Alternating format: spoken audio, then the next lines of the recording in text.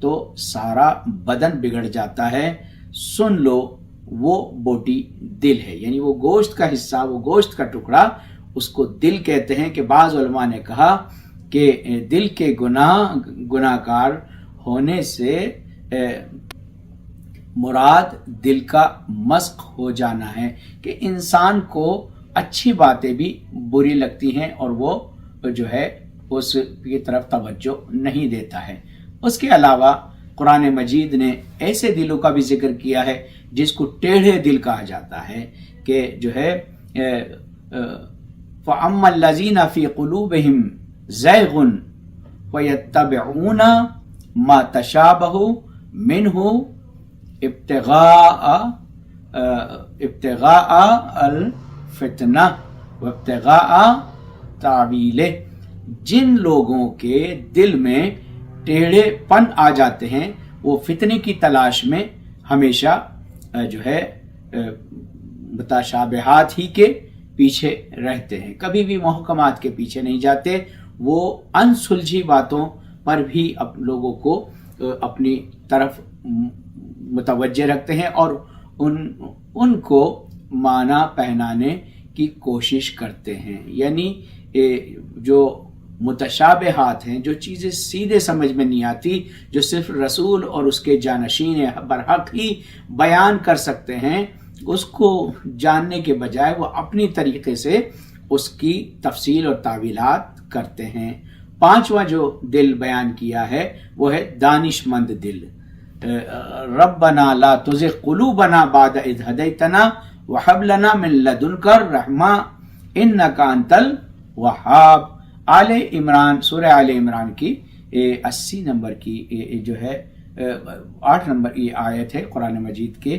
آل عمران کی 8 نمبر کی آیت ہے۔ اس میں کہتا ہے پروردگار جب کہ تو ہمیں سیدھے راستے پر لگا چکا ہے تو پھر کہیں ہمارے دلوں کو کجی میں مبتلا نہ کر دینا، ہمیں اپنے خزانہ فیض سے رحمت عطا کر کہ تو ہی فیاض حقیقی ہے۔ تو یہ دعا قرآن مجید میں سورہ آل عمران میں بیان کی، ربنا لا تزغ قلوبنا بعد اذ ہدیتنا۔ تو آپ اندازہ لگائیے کہ دانش مند دل وہ ہیں کہ جو اللہ کو یہ جان گئے ہیں کہ ہمارے دلوں کو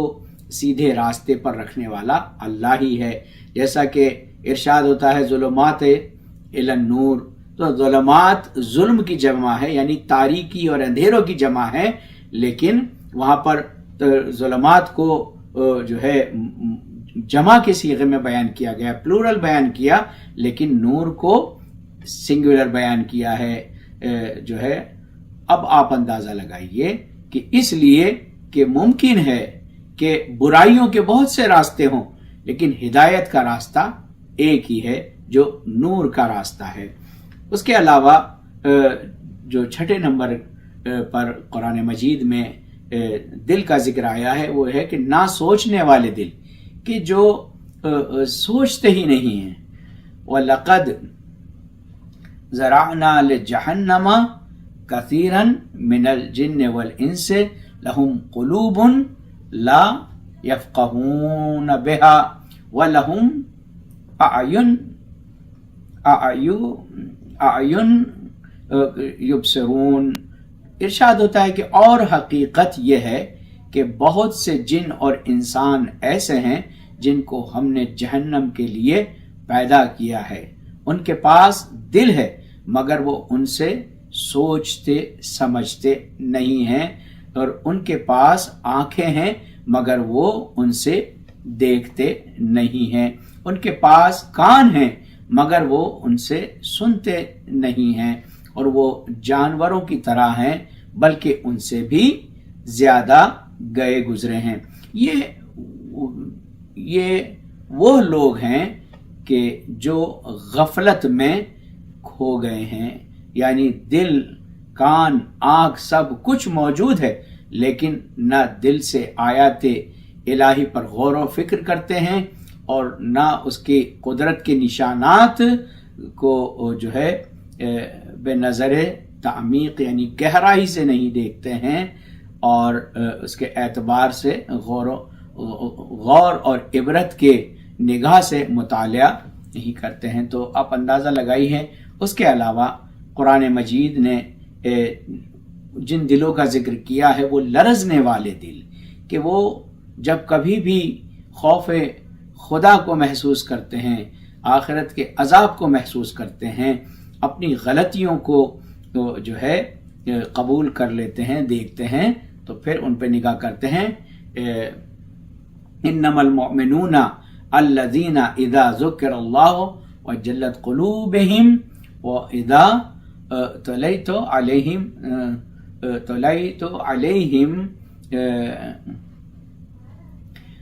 تو ارشاد ہوتا ہے کہ سچے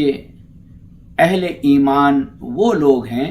جن کے دل اللہ کا ذکر سن کر لرز جاتے ہیں،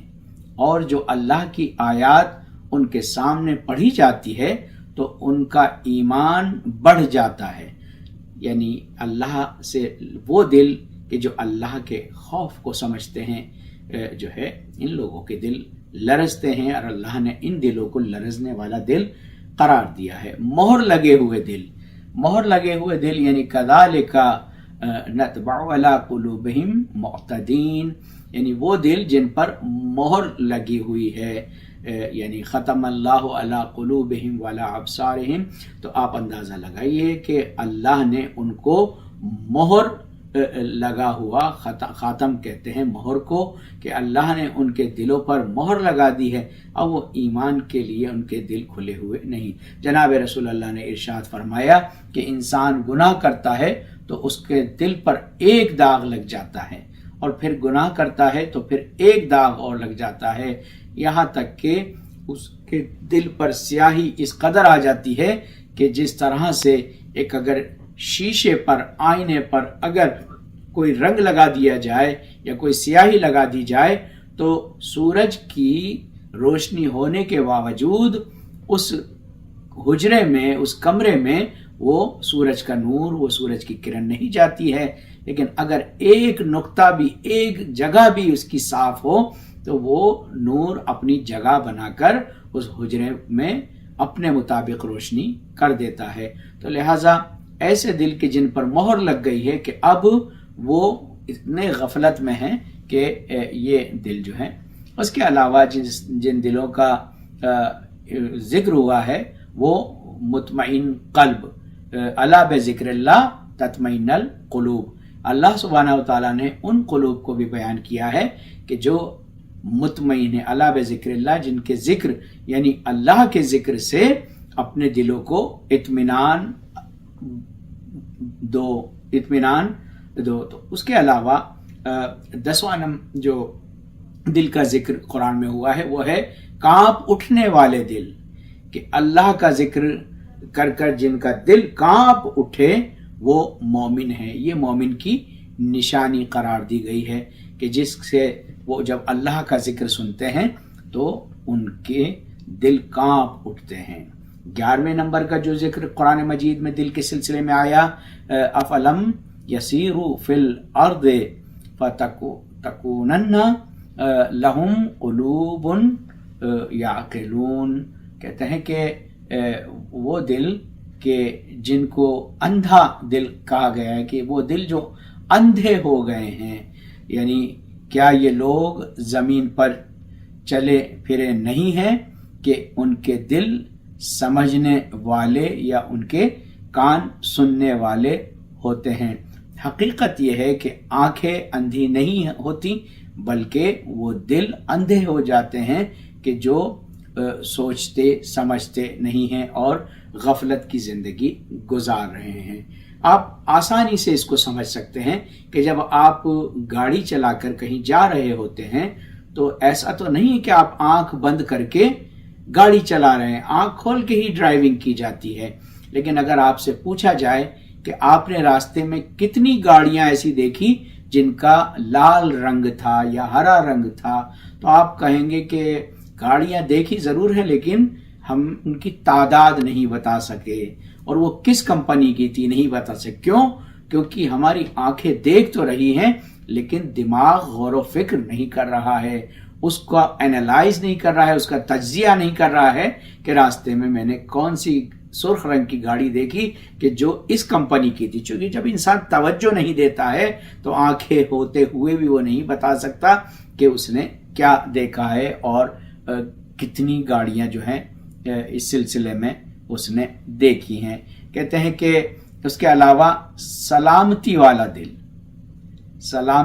دل کہ وہ دل کہ جن کو قلب سلیم کہہ کر قرآن مجید نے خطاب کیا ہے، ان لوگوں کے سلسلے میں بھی یہ بیان ہوتا ہے کہ پروردگار عالم نے جو ہے قلب سلیم جس کو کہا ہے، کہتے ہیں کہ اور اس کے علاوہ کہتے ہیں کہ ایمان سے محروم دلوں کا ذکر بھی قرآن مجید میں کیا گیا ہے، اور اس کے سلسلے میں بھی کہا گیا ہے کہ جو دل ایمان کے نور سے غافل ہیں یا محروم ہیں، ان دلوں کا حال بھی اللہ سبحانہ و تعالیٰ نے، نہ ان کو اطمینان ہے، نہ ان کو سکون ہے، نہ ان کے لیے کوئی جو ہے دنیا ان کے لیے بے شک جنت جیسی بن جائے، لیکن آخرت ان کے لیے زندان کی مانند ہے. کیونکہ اس کے علاوہ کہتے ہیں متکبر دل، جن دلوں میں یہ احساس ہو جاتا ہے کہ ہمارے سوا کوئی اور بڑا نہیں ہو سکتا، ہمارے سوا جو ہے، تو پروردگار عالم نے ان متکبر دلوں کا بھی سورہ مومن میں بیان کیا ہے، اور پروردگار عالم نے ان دلوں کو بڑی سزا رکھی ہے، چونکہ تکبر اللہ کے نزدیک اچھی صفت نہیں ہے. اس کے علاوہ ارشاد ہوتا ہے کہ ایمان والے دل کہ پروردگار عالم نے جو ہے کچھ دلوں کو صاحب ایمان کا درجہ دیا ہے، اور ان دلوں کی بڑی تعریفیں کی ہیں کہ جن دلوں میں اللہ کا ایمان راسخ ہوتا ہے اور وہ جو ہے اس کو جو ہے صاف کرتے. کہتے ہیں کہ ایمان ان دلوں میں آتا ہے کہ جو دل صاف ہوتے ہیں. اب دلوں کو صاف کیسے کیا جاتا ہے؟ کہتے ہیں کہ انسان جب توبہ کرتا ہے تو دل کی سیاہی دور ہو جاتی ہے. توبہ وہ تیزاب ہے، توبہ وہ آب ہے، وہ پانی ہے کہ جو ہمارے آلودہ دلوں کو صاف کر دیتا ہے. اور اسی وجہ سے کہا گیا ہے کہ تم،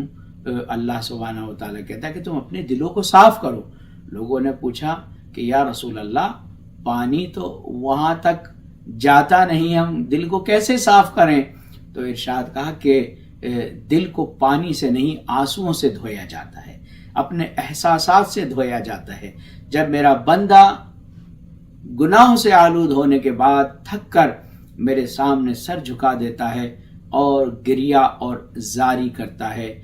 تو میں اس کے دل کو صاف کر دیتا ہوں. یعنی اس کی آنکھوں سے نکلنے والا پانی معنوی اعتبار سے اس کے دل کو صاف کرنے والا بن جاتا ہے. تو اب عزیزان گرامی، آپ اندازہ لگائیے کہ گریہ و زاری انسان کے لیے بدعت نہیں ہے، بلکہ اللہ کی بارگاہ میں تضرع کرنا، گریہ اور زاری کرنا اور عبادت کو خضوع اور خشوع کے ساتھ جو ہے پیش کرنا. کہتے ہیں کہ خضوع اور خشوع کیوں کہا جاتا ہے؟ کہتے ہیں کہ جسم کے جو ہے جھک جانے کو خشوع کہتے ہیں اور دل کے جھک جانے کو خضوع کہتے ہیں. کہ انسان جب رکوع کرتا ہے تو اس کا جسم بھی جھکتا ہے، اور جب وہ عاجزی اپنے دل میں بیٹھا لیتا ہے کہ خدایا تیرا حق ہے کہ تیرے سامنے جھکا جائے، تو پھر اس کو وہ خضوع کہتے ہیں. خاضع اور خاشع یعنی سے ڈرنے والے دل. عزیزان گرامی، انسان جو ہے دل کے سلسلے میں بیان ہوتا ہے. کہتے ہیں کہ یہ ایمان والے دل جو ہے وہ دل کے جن میں ایمان راسخ ہوتا ہے. اللہ سبحانہ و تعالیٰ نے دل کی اس کیفیت کو بھی بیان کیا ہے. اس ماہ مبارک رمضان میں اللہ سبحانہ و تعالیٰ آپ کی طاعت اور عبادت کو قبول فرمائے اور ہمیں سب کو توفیق عنایت فرمائے کہ ہم جو ہے اس مہینے میں حاصل کی گئے تقوی کو اپنی پوری زندگی میں کامیابی اور کامرانی کے ساتھ اس کو باقی رکھ پائیں. ہم ایسے کام انجام دیں، وہ اللہ سے جو ہم رحمت کا جو ہے انتظار کرتے ہیں کہ خدایا تیری رحمت کے طلبگار ہیں، تو ہمیں بھی چاہیے کہ ہم اپنے دل کو اللہ کے صفات سے مزین کریں اور ہم بھی رحم دل بنیں اور لوگوں پر جو ہے رحم کھائیں، رحم کریں، مدد کریں، ان کی کوتاہیوں کو معاف کریں. چونکہ سزا دینے کے بعد دل کو تکلیف ہوتی ہے، لیکن معاف کرنے کے بعد جو سکون دل کو ملتا ہے وہ انتقام کا سب سے بہترین طریقہ کسی کو معاف کر دینا ہے، عفو درگزر کر دینا ہے. چونکہ اللہ بھی ہماری معافی کی جو ہے ہم سے کہتا ہے ان اللہ یحب التوابین، اللہ سب سے زیادہ توبہ کرنے والوں سے پیار کرتا ہے. خدایا تجھے واسطہ محمد والے محمد کا ہمارے امام زمانہ کے ظہور میں تعجیل فرما، اور ہمارے اس SNN چینل اور علماء کے خدمات کو قبول فرما، اور اسے ایک ذریعہ قرار دے کہ ہم لوگوں کو اپنے زمانے کے امام کی معرفت سے جوڑ سکیں، قرآن مجید کی معرفت سے جوڑ سکیں، اور انبیاء اور اماموں کی محبت سے ان کو جوڑ سکیں، ان کی سیرتوں سے جوڑ سکیں. ایسی ہمیں توفیق عنایت فرما. ربنا تقبل منا انک انت السمیع العلیم برحمتک یا ارحم الراحمین. السلام علیکم ورحمۃ اللہ وبرکاتہ.